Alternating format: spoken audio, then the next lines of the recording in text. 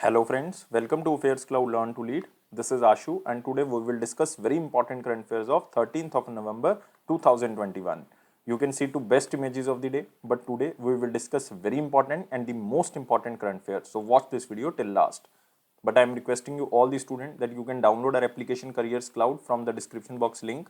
After that, log in with the email ID, then click on this crack current affairs section to subscribe our current affairs for 1 year as well as for 2 years. Both the subscription prices are very much low, but we are covering most important current affairs which can come in every type of exam. This is the hard work, this is the genuinity of Affairs Cloud team. How we are covering this current affair?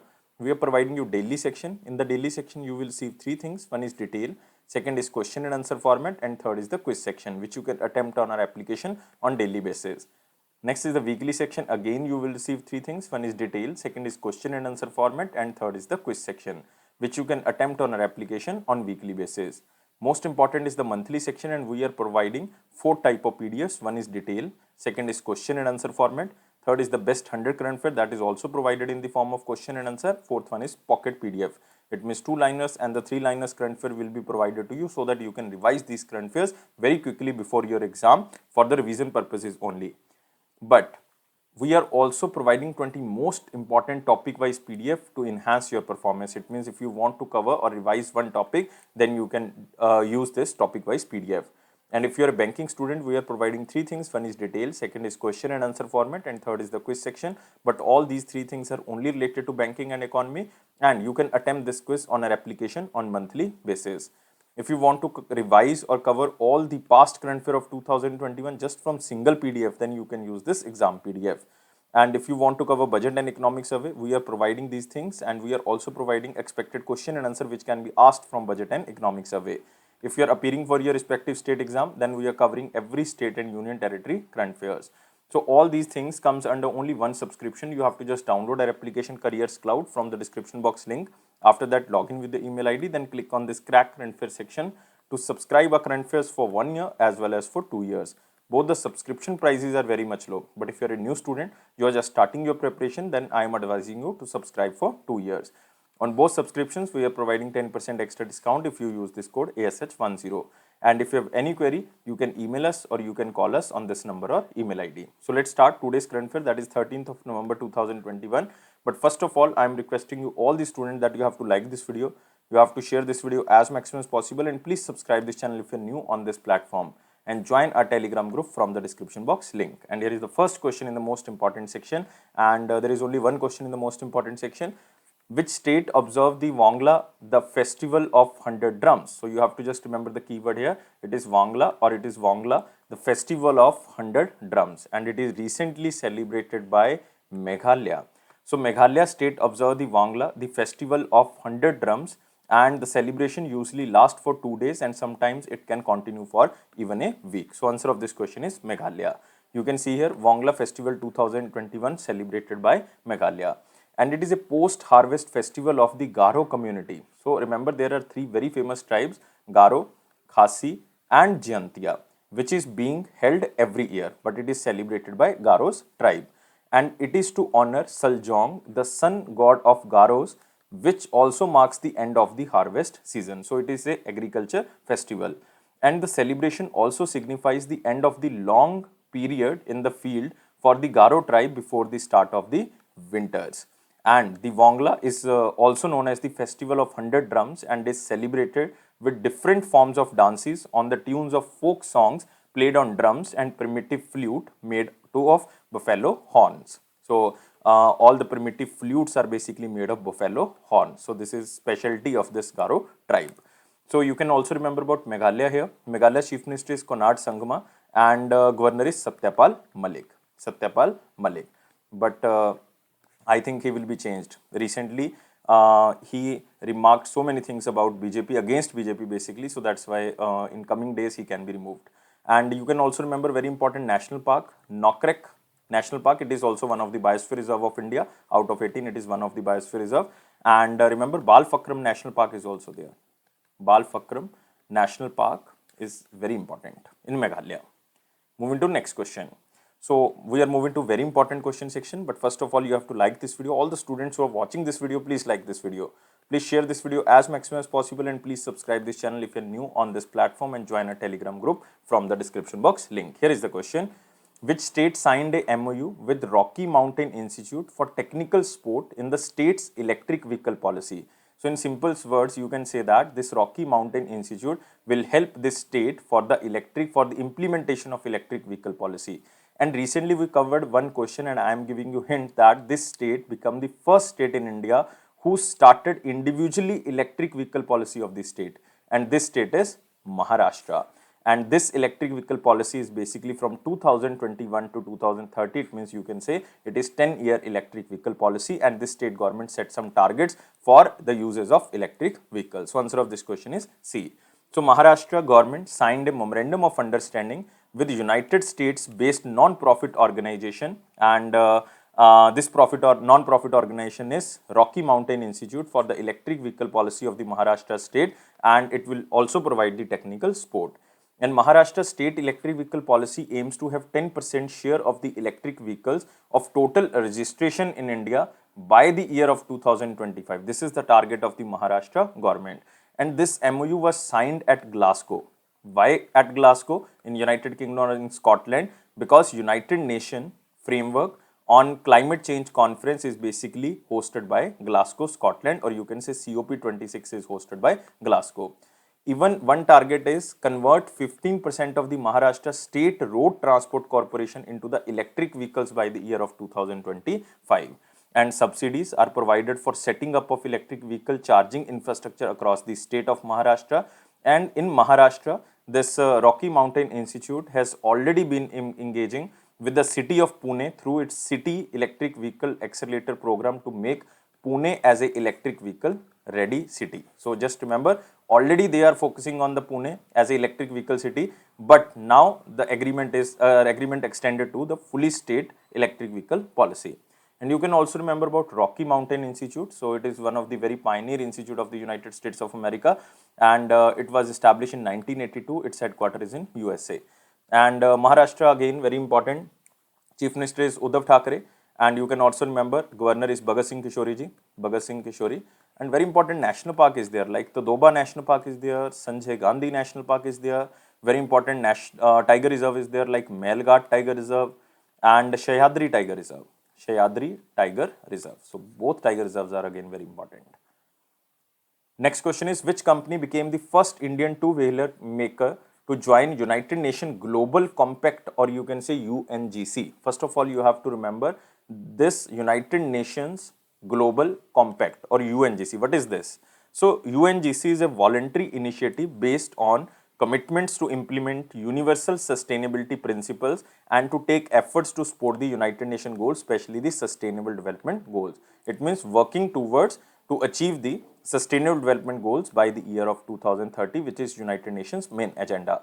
And which company from India become the first Indian two-wheeler maker company to join this United Nations Global Compact, and this is TVS Motor. So answer of this question is A.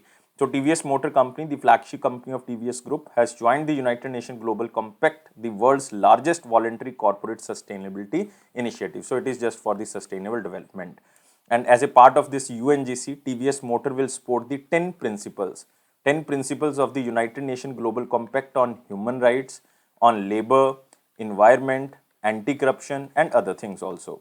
So just remember it is TVS Motor, and you can see here TVS Motor Company becomes a participant in the United Nations Global Compact. So very important question, and as a part of this UNGC, TVS Motor will able to build on its efforts across the supply chain with access to the right tools and experts.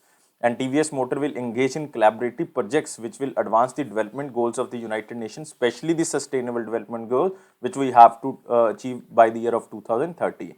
And they will focus on the 10 principles which are defined by United Nations Global Compact, like on human rights, on labor, environment, anti-corruption and other things. Just remember this.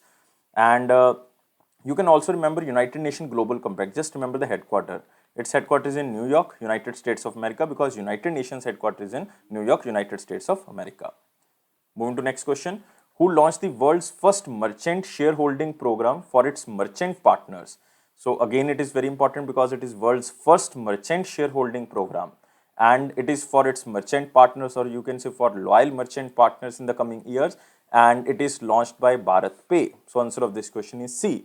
So Bharat Pay launched the world's first merchant shareholding program for its merchant partners, and it is $100 million. It is $100 million worth program under which the company offers its merchant customers an opportunity to buy Bharat Pay's equity shares and become a partner, so that the merchant partners can buy equity shares of the Bharat Pay and become a partner.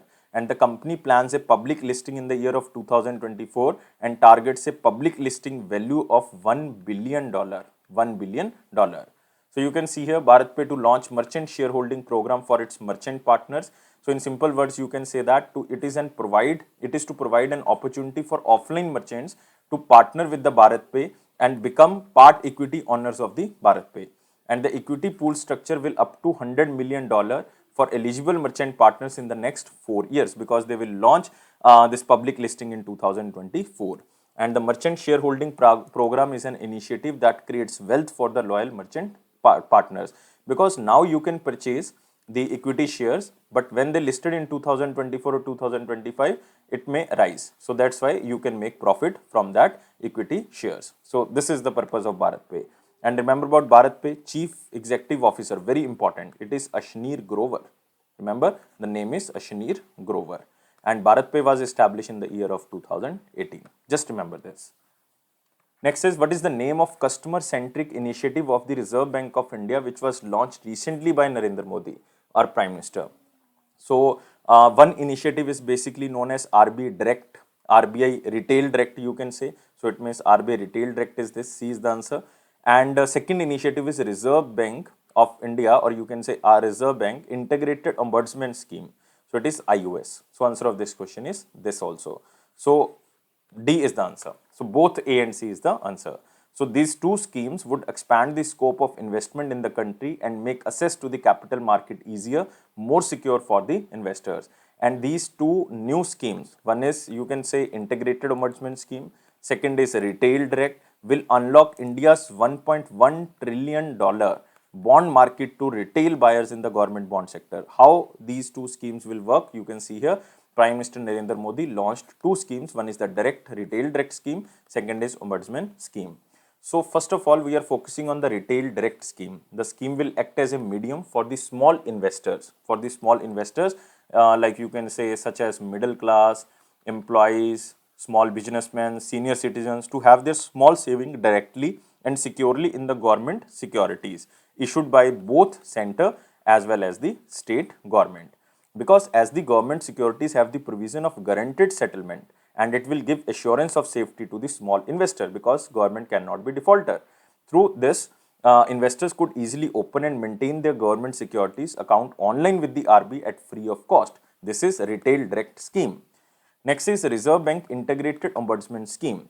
So you can also remember, it aimed at further improvising the grievance redressal mechanism for resolving customer complaints against the entities regulated by the RBI. And the PM stated this scheme is based on the One Nation, One Ombudsman. One Nation, One Ombudsman. Just remember this. And through this, you can say, Integrated Ombudsman Scheme, RBI will provide a single reference point for the customers to submit documents, track the status of complaints filed, and provide feedback. So just remember, this is Integrated Ombudsman Scheme. And One Nation, One Ombudsman, this is titled by Prime Minister Narendra Modi. And you can also remember about Banking Ombudsman Scheme. So it is a forum for the bank customers for the resolution of the complaints related to certain services rendered by banks. And the scheme is introduced under Section 35A of the Banking Regulation Act of 1949, and it is started in the year of 1995. So Ombudsman started in the year of 1995. Just remember both the things. We are now on the second question. A book titled Unshackling India, Hard Truths and Clear Choices for Economic Revival. How we can revive India, basically. So that's why the name of the book is Unshackling India. And this book is authored by Ajay Chibber as well as Salman Anis. So answer of this question is both A and B. It means D is the answer. So this book examines the potential of India to become a completely developed economy in the next 25 years. It means till 2047, how India can become completely developed economy. So some suggestions, some trials are given under this book. and it is during the 100th year of independence of India, because in 2047 India will celebrate the 100th year of independence. And it also mentions the aspirational goals of India, such as 5 trillion economy, Chinese threats, etc., also given under this book, that how we can tackle these goals.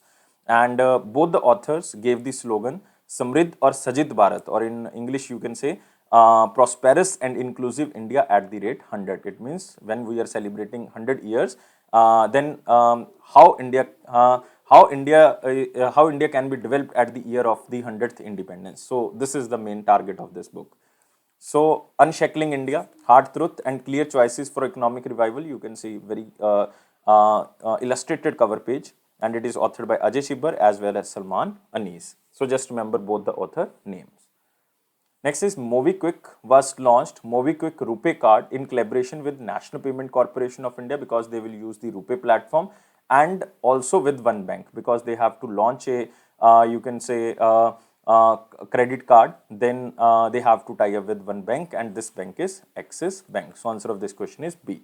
So MobiKwik was launched or has launched MobiKwik RuPay card in collaboration with the National Payment Corporation of India and Axis Bank, which is free of charge and purely digital.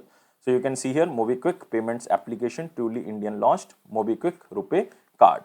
And this card is integrated with the MobiKwik wallet, allowing MobiKwik customers to get up 2 lakh of their MobiKwik wallet balance. So you can extend your wallet limit till 2 lakh rupees. And the customers can use this card and wallet balance at over 41 million merchants across 190 countries, along with MobiKwik merchant network. It means all over world you can use your wallet money. So this is the MobiKwik.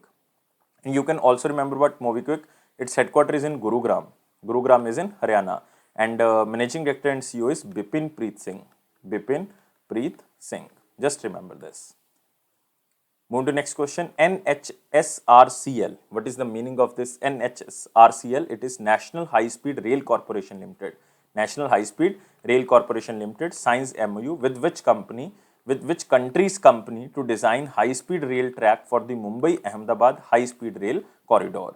And this country is Japan. Already Japan is funding, but again they tied up for a particular stretch. That stretch is basically Vadodara to Sabarmati stretch, and it is almost 116 kilometer stretch, and Japan will provide the assistance to this National High Speed Rail Corporation so that they can build this high speed corridor. So just remember, this is Japan's company, and name of this company is JRTC. JRTC stands for Japan Railway Track Consultant Company.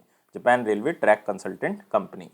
So you can see here, signed a memorandum of understanding between National High Speed Rail Corporation Limited and Japan Railway Track Consultant Limited for designing high speed rail track works between Mumbai and Ahmedabad high rail project. And you can also remember that this JRTC will design high speed railway track package for Mumbai Ahmedabad high speed corridor project, and this JRTC will provide the detailed design and drawing of this high speed railway tracks components like RC track bed, and it is for the 116 kilometer railway track between Vadodara and Sabarmati depot and workshop in Gujarat also. So just remember this organization, this is National High Speed Rail Corporation Limited. It was established in the year of 2016. Its managing director is Satish Chandra Agnihotri. Satish Chandra Agnihotri, and headquarters is in New Delhi. Moving to next question. Financial technological company Neo, in association with which bank and Visa, offers a digital saving account for the customers? And it is very important because Neo is a financial technological company, and this company associated with SBM Bank as well as with the Visa to offer a digital saving account. And the account holders can also avail 100% of digital onboarding, attractive interest per annum on the balances with monthly interest payouts, complimentary airport launch access, UPI features, zero forex markup on the car rentals, hotels, flight booking, live currency conversion on ATM locator, and so many features which is provided by financial technological company Neo so that they can provide digital saving account. And Neo account is a digital account with a unique account number and bank saving IFSC code, or you can say Indian Financial System code. And you can fund this account in INR, or you can say in Indian currency through NEFT, through UPI, and with other digital methods. So just remember, this is Neo with the SBM Bank and Visa. But you can also remember about SBM Bank here. MD and CEO is Siddharth Rath, and it was established in 1994. Headquarters is in Mumbai, Maharashtra, in India. And Neo Bank is very important. If you can remember, you can. CEO is Vinay Bagri, and headquarters is in Bangalore. But examiner will not ask the CEO. Can be asked by examiner if he want to ask about the headquarters. Otherwise, it is not so much important. So you can see here financial technological company Neo in association with SBM Bank India, and Visa offers a digital saving account for the customers of the Neo Global. And Indian passport holders can avail the benefit of the Neo Global card during the international travel for easier foreign exchange. I already covered all the features of this, you can say, digital account. Next, we are moving to the question, which company has planned to launch a orbital reef? This is the keyword. A commercial space station between 2025 to 2030. It means, I think all the students are aware about Tiangong space station. This space station will be built in 2022, and it is under the construction phase, and it is built by China. So one space station is International Space Station, but both the space stations will be used by you can say the space exploration programs or the space agencies. But now this is a commercial space station, and it will be established between 2025 to 2030, and name of this space station will be the Orbital Reef, and this will be launched by Blue Origin. So this Blue Origin is a space tourism company owned by very important person, Jeff Bezos. And Jeff Bezos is currently the founder of Amazon, has planned to launch Orbital Reef, a commercial space station between 2025 to 30. And this will offer the location for filmmaking in microgravity and conducting cutting edge research, because it is a commercial space station. And it is like 32,000 square feet station is said to be mixed use business park in space that will host up to 10 people. And Blue Origin will partner with Sarah Space, a subsidiary of aerospace contractor Sierra Nevada Corporation, as well as with other companies to build this outpost. And I already told you that this will offer the location for filmmaking in the microgravity or conducting cutting edge research. And this will also include a space hotel. So this is again very unique thing. So this will also include the space hotel. And this is Blue Origin company, Jeff Bezos, space tourism company. Next is former South African President F.W. de Klerk passed away, or de Klerk passed away. So the former president of South Africa, full name is Frederick William de Klerk, passed away due to cancer at the age of 85 years. And de Klerk is the last white president of South Africa. Remember, last white president of South Africa who is known for ending the apartheid system, like no voting rights for the non-white people of South Africa. So you can see here he served as the president of South Africa from 1989 to 1994 and conducted the first democratic election in South Africa with voting rights to the non-white also in South Africa in 1994. And de Klerk came to power in 1989 under a system of legalized regime, but later became a key figure in the transition to democracy. So he also served as the deputy president from 1994 to 1996 when Nelson Mandela became the country's first black president. And you can also remember the Nelson Mandela's autobiography, it is Long Walk to Freedom, has detailed de Klerk contribution to South Africa's democracy. And you can also remember that de Klerk shared the Nobel Peace Prize with the Nelson Mandela in 1993 for helping to negotiate an end to apartheid. So just remember, this is in 1993 when he received the Nobel Peace Prize with the Nelson Mandela. So that's why this person is very important, and he was the last white president of the Africa, or you can say South Africa. Before Nelson Mandela, you can say before the first democratic election in which non-whites are also allowed for the voting, this was the president. Next, again, it is a cover page of the book, but you can just read this cover page, otherwise it is not so much important. This is the Arabic edition of 100 Great Indian Poems, which is edited by Indian poet and diplomat Abhay Kumar. So you have to just remember the name of the author who edited this book. And this book was launched at Sharjah International Book Fair. And remember, this is the world's largest book fair held in the Sharjah, United Arab Emirates. And the book was translated and published into Arabic by Sharjah Institute for Heritage, Sharjah, United Arab Emirates. And the book features poems from 28 Indian languages spanning over 3,000 years of Indian poetry. And this Sharjah International Book Fair was held under the theme, There is always a right book. There is always a right book. Just read this, otherwise we can move to next question. This is the important question section. You have to like this video, share this video and subscribe this channel if you're new on this platform, and join a Telegram group from the description box link. Here is the question. Which small finance bank tied up with the 3Trades platform to support micro, small and medium enterprises? So this is very important. Trades platform, it is trade receivable discounting system platform. Basically three platforms are there. One is M1 Exchange, second is RXIL, RXA Receivable Exchange of India. Next is A Trades. A Trades. It means a trade receivable discounting system. And this is Jan Small Finance Bank. So this question is not so much important. Just read this question, and it is to ease the flow of liquidity to its micro, small and medium enterprises customers. So it means this partnership will enable the buyers and suppliers which are registered under the Trades platform, all three Trades platform, with different option to secure funds by discounting invoices after the sale. So this is very important. And you can see here Jan Small Finance Bank tied up with the 3Trades, which is M1 Exchange, RXIL, which is Receivable Exchange of India, and A Trades to help MSME. Just remember this, otherwise this question is not so much important. Moving to one-liner important point, and here is the first point. World Usability Day 2021 observed on 11th of November. But every year it is not observed on 11th of November. It is observed on second Thursday of November, with an aim to raise standards so that technology works to harness human potential and to make the world a better place for the consumers of every kind. And the day is also known as Make Things Easier Day. And 2021 theme aims to address important issues such as dark patterns, ethical design, designing for trust, and diversity and equity inclusion. Because the theme of this day is design of our online world. Design of our online world. So this is the theme. Next, World Pneumonia Day observed on 12th of November. Very simple. It is just to create awareness, to create awareness about the pneumonia and the world's leading infection that kills children under the age of 5. And the day also aims to promote the interventions to protect against, prevent and treat pneumonia, and to highlight the proven approaches and the solutions in need to the additional resources and attention. Next, Bombay Stock Exchange tied up with the All India MSME Association to promote MSME listing.